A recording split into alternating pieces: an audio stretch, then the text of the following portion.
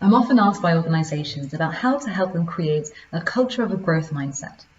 Well, in order to do that, it's vital that you have a very clear understanding about the value of making mistakes. So the first thing to know is that when we make mistakes, our brain literally grows more than when we get something right.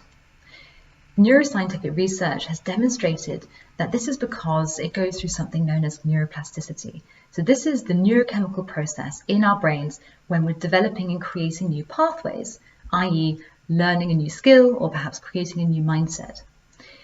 This is important to know about because when we're going through this process, it can feel really, really difficult. It's a struggle.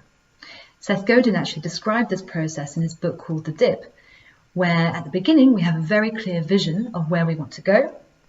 And then while we're going closer towards this vision, it actually becomes clearer that perhaps we don't have all the skills or tools that we need to get there. And that's when we experience this really severe dip.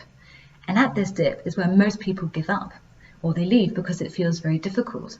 And this is actually the point at which the growth mindset becomes very, very important, because it's not simply the wish to work a little bit harder, but actually it's about being very active in the strategies that you implement. So the 4 strategies that you need to consider whilst going through this dip is to either increase the amount of effort that you're putting into it, so the amount of time or resources into at least exposing yourself to this new skill, as an example. The second is to literally work more, so to put the hours in. This is something that does help to get towards the other side.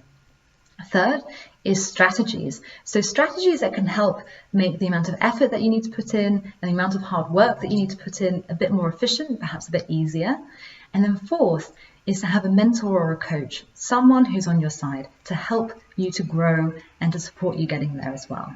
So these are 4 of the key strategies that Carol Dweck herself has actually recommended when developing a growth mindset.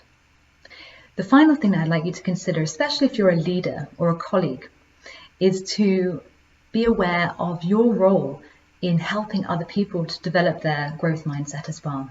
And the first thing is to come back to this beginning question that I had for you is, do you have a clear understanding about the value of making mistakes? Or what are your potential biases or assumptions about what mistakes mean? Is there perhaps a connection between making mistakes and some fear? If so, then know that that's of course very normal, but be aware that this may impact your colleagues and your teams as well. And that's why starting off with having a clear understanding about why making mistakes is vital for growth and development is the first thing to do. I hope you have a lovely week, and I look forward to catching up next week.